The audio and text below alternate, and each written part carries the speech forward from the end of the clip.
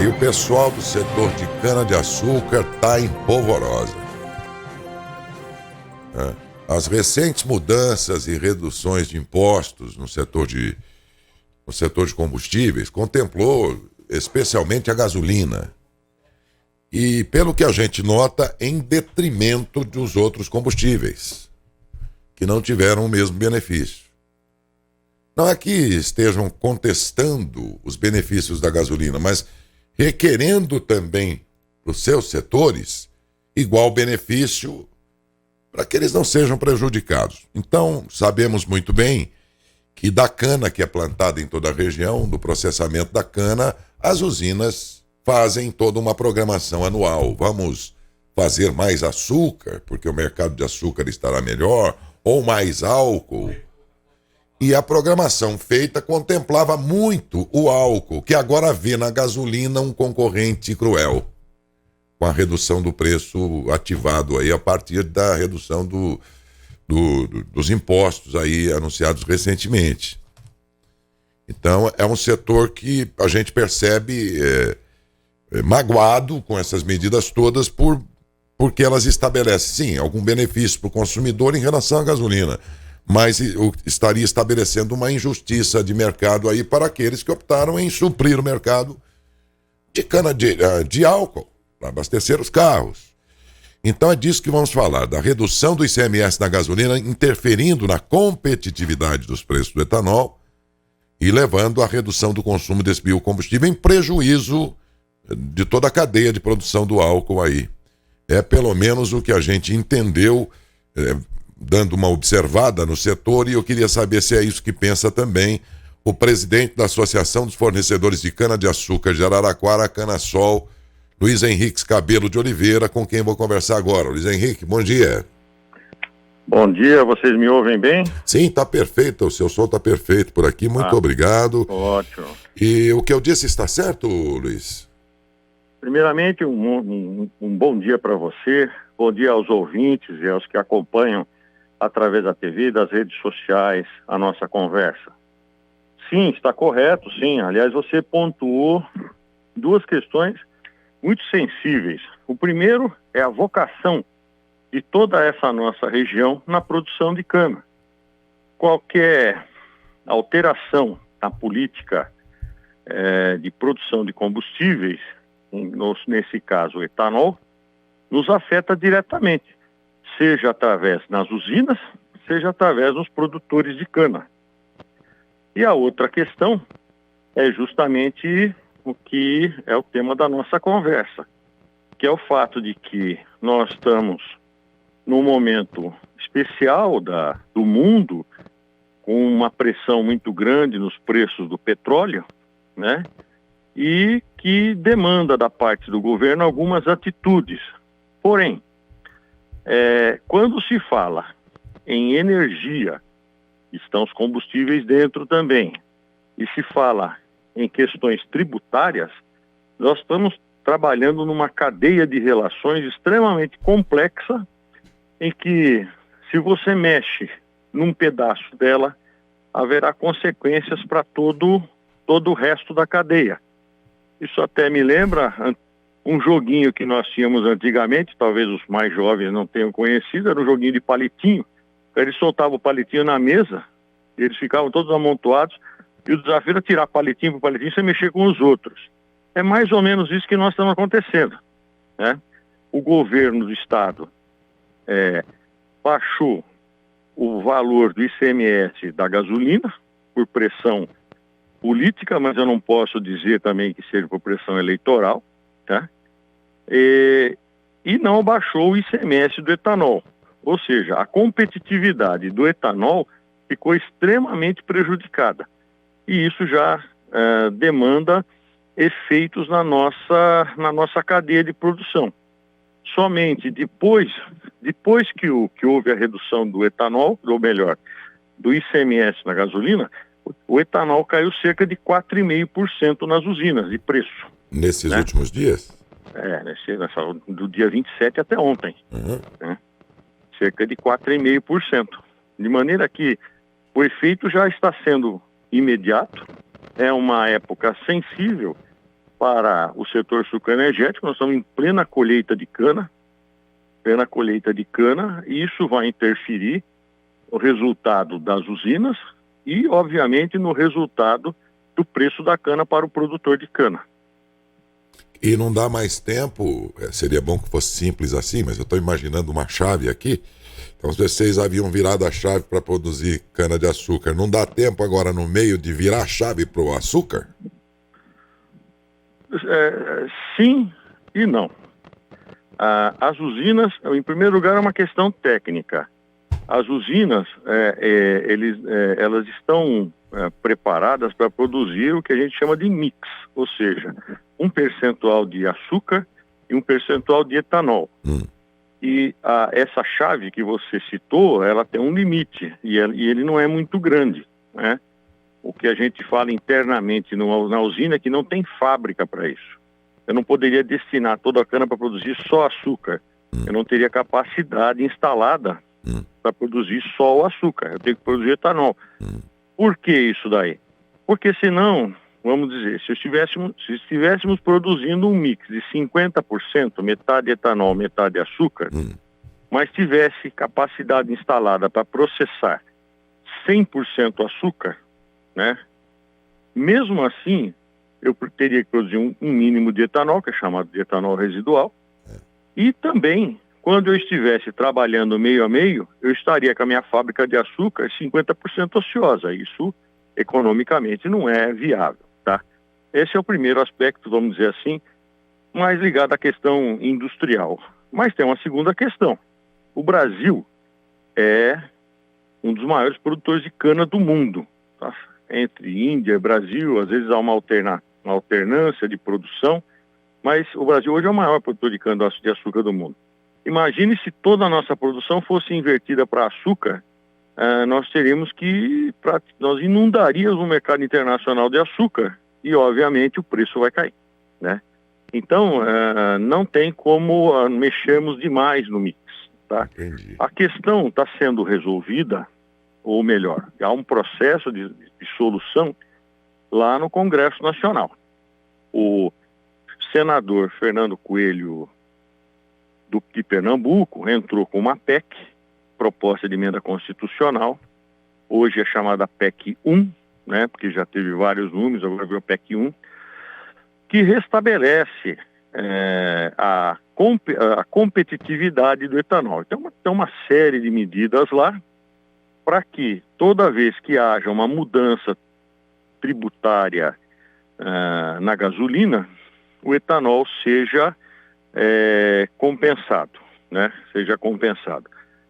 Isso é vantagem para os usineiros, que é bom a gente tratar já desse assunto de cara. É vantagem para o produtor de cana em detrimento da sociedade? Não.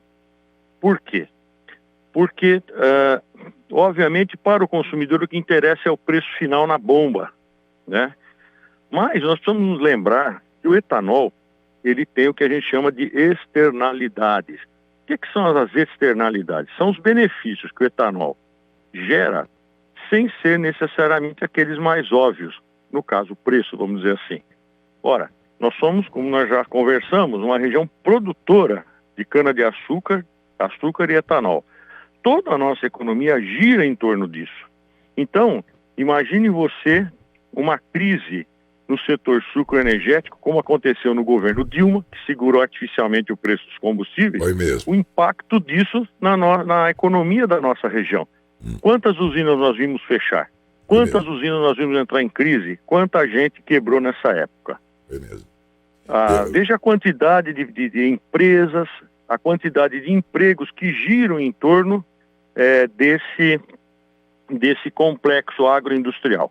Mas não é só isso também, né? Não é só economia, não é só preço, não é só emprego, não é só renda. Nós precisamos entender que o etanol é um combustível limpo, é um combustível que colabora com a redução dos gases do efeito estufa, né? Nós precisamos lembrar que, por exemplo, nas grandes cidades, foi através da substituição da gasolina pelo etanol que nós reduzimos drasticamente os efeitos da poluição nessas cidades.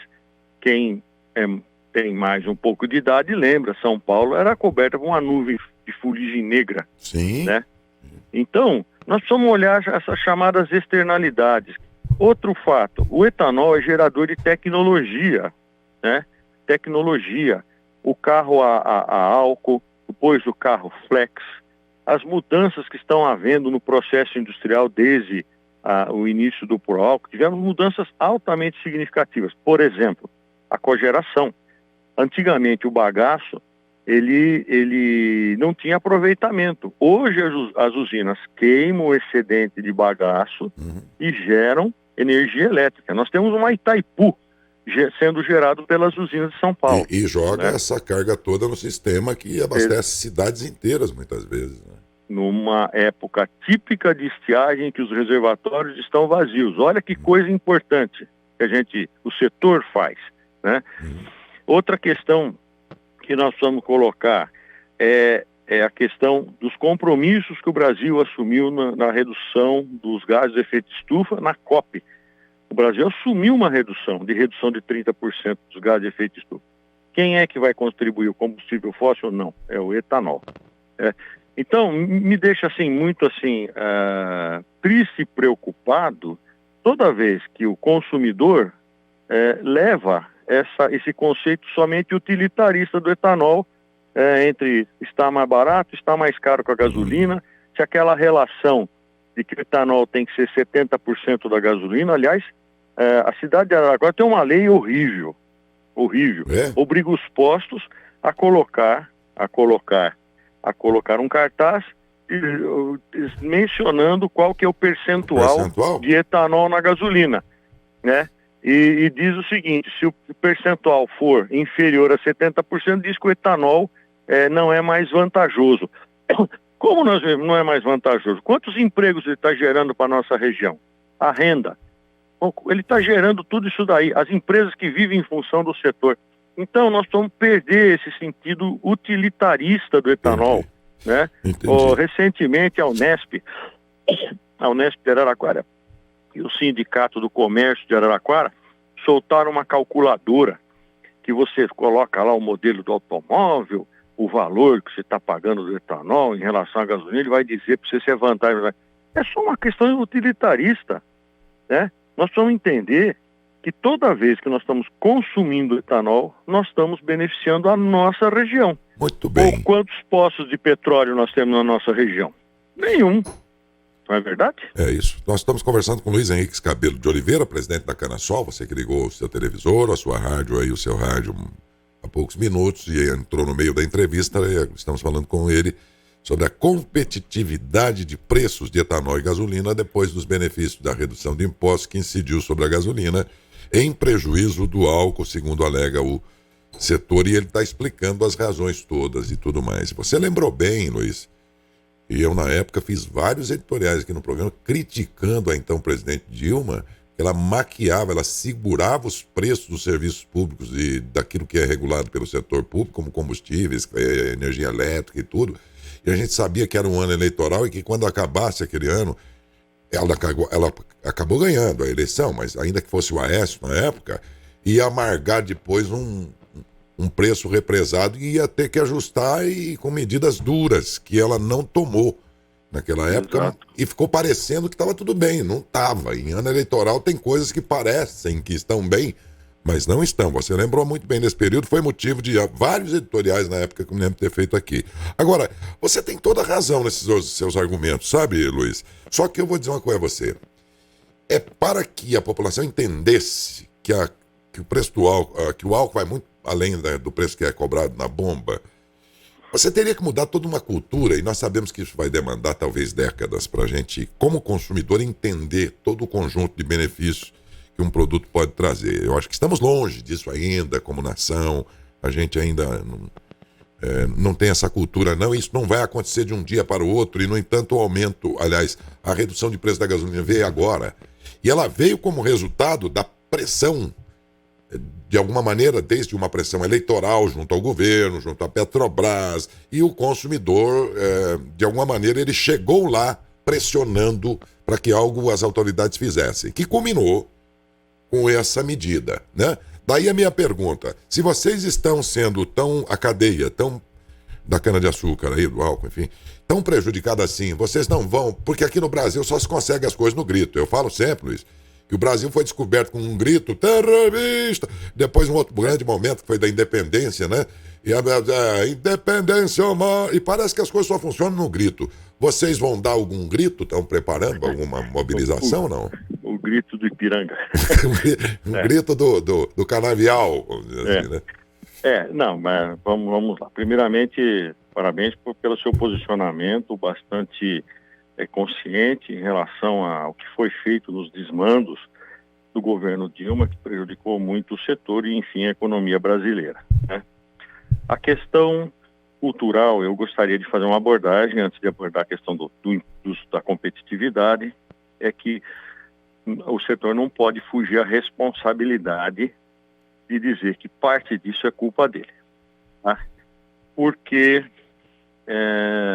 como a gente está falando com uma região do interior, eu acho que eu posso usar essa figura de linguagem, né? Todo mundo come ovo de galinha, porque depois que ela bota, ela faz a propaganda e sai cacarejando, né? O setor é responsável também pelo desconhecimento da complexidade da cadeia e de tudo isso que nós conversamos, das vantagens, externalidades do etanol. Então, por isso é muito importante, e parabenizo a rádio, de procurar saber, e é o momento do setor se manifestar. Mas o setor também tem uma missão a cumprir. Eu acho que ele deve também investir em comunicação social e explicar isso daí. Teve lá atrás um movimento muito bacana lá, que era, eu não me lembro exatamente, o álcool, o que era? O álcool era o combustível bacana, não me lembro mais agora. E parou. Eu acho que o setor tem que continuar investindo fortemente em opinião, tá? E explicar a importância dele. Bom, explicado isso daí, a questão, como é que o setor está trabalhando isso daí? Em primeiro lugar, você abordou com bastante qualidade essa questão dos impostos. Nós temos o ICMS, que é um imposto extremamente complicado, é um imposto cobrado no final, na ponta do preço, né, na venda do produto, né? E como ele é cobrado sobre o preço de venda, acho que pouca gente sabe que você paga ICMS do ICMS, tá? É um imposto que, quando se fala que é 25%, ele não é 25% só, ele é 25% sobre os 25% que já foi cobrado no preço. Quer dizer, é um imposto bastante cruel. Segundo, é uma alíquota extremamente alta em relação ao que se pode dizer de razoável, né? Você cobrar 1/4 do valor do produto na forma de imposto, o Estado se apropriar sobre isso daí é realmente muito caro, né?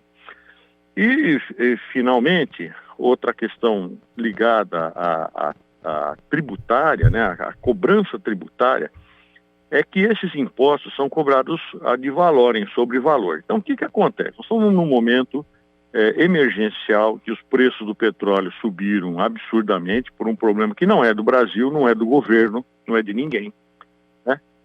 E nada mais justo do que os governos estaduais entenderem que essa alta de preço que está havendo, né, tem que haver uma colaboração. Não, pelo contrário, eles se usufruem dessa alta, né? Então, se eles cobram 25% quando o preço da gasolina era R$2, quando vai para R$5, R$7, eles continuam cobrando 25%. Estão enchendo os bolsos de dinheiro às custas do próprio consumidor. E talvez o consumidor não saiba disso, tá? Então, a primeira coisa é com relação a essa injustiça tributária que nós temos, que vai ser objeto de uma reforma tributária, que aí é uma questão que foge só do setor. O segundo, que eu cheguei a mencionar, sim, o setor e o governo federal e o Congresso, sim, estão trabalhando sobre isso, eles entendem realmente que é uma questão sensível, que nós não podemos perder essa competitividade desse biocombustível tão importante e talvez até quase que único no mundo, né? Ou pelo menos pioneiro no mundo. O Brasil foi pioneiro nessa questão do etanol. Hoje, Estados Unidos, França, diversos países a Índia, estão adotando o etanol na mistura para poder fazer a redução de efeitos de estufa. Então, existe aquilo que eu falei para você no Congresso Nacional, chamada PEC 1, que está sendo discutida, está no Senado Federal, né? Deve ser votada hoje em primeiro e segundo turno, se tudo correr bem, né? Uma questão até excepcional aí para poder correr atrás do prejuízo, né? Mas o que acontece? Primeiro, enquanto isso não acontece, já temos efeito no preço do etanol. Tem também alguns estados que estão se rebelando em relação a essa PEC, né? Tem estados que não concordam com isso daí, que acham que vão perder muito, etc. Então, há o risco de ajuizamento disso daí, né? Ontem mesmo à noite saiu uma notícia que os estados estão pedindo 30 dias para se prepararem para essa redução. Então, o que acontece? O risco não é a PEC não ser aprovada, acredito até que seja aprovada. O problema é a efetividade disso daí, né? Então, mais 30 dias, porque o Estado precisa se preparar. Ajuiza no Supremo, aí, de repente, pode ir lá o ministro pedir vista, etc, etc. E vamos ficando para as calendas, tá? Então, o meu grito, a minha reclamação que eu fiz junto à imprensa e foi divulgada, é que o governo do Estado de São Paulo, sabendo de todas essas dificuldades, bem que poderia ter esperado o melhor momento para reduzir o preço só da gasolina, porque não reduziu também do diesel, e tanto mais do etanol. Precisava ter esperado, precisa ter sensibilidade política. Ao que eu saiba, somente São Paulo, Goiás e Espírito Santo reduziram o preço da gasolina, certo? Os demais estados estão esperando. O que custava o governo do estado de São Paulo? Falou, peraí, vai resolver tudo de uma vez só, vamos resolver num pacotão só. Mas como nós estamos vivendo um momento de campanha eleitoral, em que tudo se atropela, a urna é colocada na frente de todos os demais interesses, houve esse assodamento. Eu achei que foi extremamente inapropriado, extemporâneo. O governo podia ter esperado, mas como o governador nosso é candidato novamente, é pré-candidato, eu não posso deixar de imaginar que isso teve alguma questão ligada às eleições, porque ele bem que podia ter esperado um pouco, está na boca do forno para sair isso aí. Bom, e olha o estrago que está acontecendo. E deve ser votado hoje, aí, talvez em 2 etapas, em 2 votações dentro de um mesmo dia. Vamos aguardar o decorrer desta sexta. A notícia que eu tive ontem, eu faço parte da Câmara Setorial do Açúcar e do Álcool, né?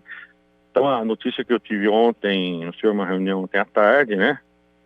Tudo parecia ir às mil maravilhas pela aprovação. Mas ontem à noite já recebi essa notícia de que os estados estão pedindo um adiamento de 30 dias. Então o que acontece? Vai empurrando com a barriga isso daí, enquanto isso o preço do etanol vai derretendo, isso reflete na usina e, consequentemente, vai refletir no preço da cana. Pelas razões já ditas aí durante a entrevista. Tudo muito, acho que bastante explicado, né? Isso, muito bem. Luiz Henrique Scabelo de Oliveira, presidente da Canasol, muitíssimo obrigado pela sua entrevista, que foi esclarecedora, para a gente entender o setor de vocês, como está diante desse contexto aí, e o consumidor, enfim, refletir sobre esse momento. E mais do que isso, saber entender depois as medidas que poderão ser tomadas na votação dessa PEC, de que se trata, afinal de contas, sempre como consumidor torcendo para que o preço baixe na bomba, também para o álcool. Todos saem ganhando com um preço melhor, evidentemente, no fim da história. Muito obrigado, Luiz, pela sua gentileza. Um bom dia, viu? Bom dia, muito obrigado. Obrigado pela oportunidade de falar com todos os seus ouvintes e aqueles que acompanham pelas TV e rede social. Um bom dia, um bom mês de julho a todos. A você também. Luiz Henrique Scabelo de Oliveira, presidente da Canasol.